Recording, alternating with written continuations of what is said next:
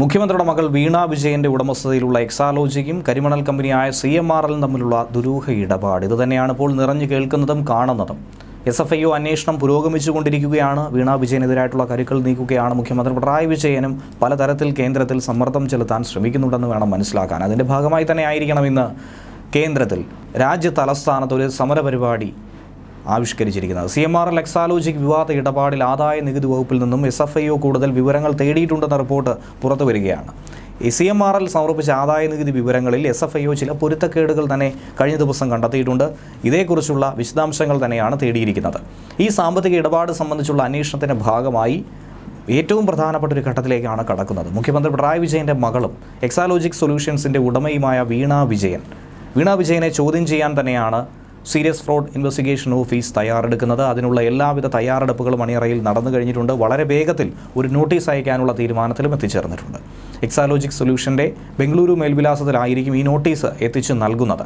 ബംഗളൂരു ഓഫീസിൽ നോട്ടീസ് എത്തുന്നെങ്കിൽ പോലും വീണ വിജയൻ അവിടെ ഇല്ലാത്തതുകൊണ്ട് വീണ വിജയൻ എവിടെയാണോ ഉള്ളത് അവിടെ എത്തിയായിരിക്കും ചോദ്യം ചെയ്യാനായി തയ്യാറെടുക്കുന്നത്. അതുകൊണ്ട് മുഖ്യമന്ത്രിയുടെ ഔദ്യോഗിക വസതിയായ ക്ലിഫ് ഹൗസിലോ അല്ലെങ്കിൽ ഭർത്താവിൻ്റെ മന്ത്രിയായ മുഹമ്മദ് റിയാസിൻ്റെ ഔദ്യോഗിക വസതിയിലോ എത്തിയായിരിക്കും ചോദ്യം ചെയ്തേക്കുന്നത്. ഇതിലേതായിരുന്നാലും മുഖ്യമന്ത്രിയെയും മന്ത്രി റിയാസിനെയും ഗുരുതരമായി ബാധിക്കുന്ന ഒരു വിഷയം തന്നെയാണ്.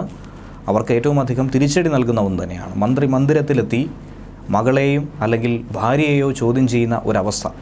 ഇങ്ങനെ വളരെ ഗുരുതരമായ ഒരു പ്രതിസന്ധിയിലൂടെ, അതും വലിയ ഉന്നത കേന്ദ്ര ഏജൻസിയും, അതിലൂടെ തന്നെയാണ് ഇപ്പോൾ സംസ്ഥാനം കടന്നുപോയിക്കൊണ്ടിരിക്കുന്നത്. കഴിഞ്ഞ ദിവസം KCDC ഓഫീസിൽ SFIO ഉദ്യോഗസ്ഥർ എത്തി പരിശോധന നടത്തിയിരുന്നു. അതും സംസ്ഥാന സർക്കാരിന് കീഴിലുള്ള ഒരു സ്ഥാപനം തന്നെയാണ്. ഡെപ്യൂട്ടി ഡയറക്ടറായ അരുൺ പ്രസാദിൻ്റെ നേതൃത്വത്തിലുള്ള 4-അംഗ ഉദ്യോഗസ്ഥ സംഘമാണ് പരിശോധന നടത്തിയത്.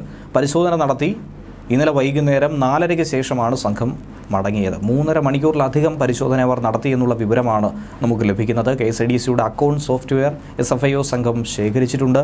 അതിലുള്ള പരിശോധന നടത്തും.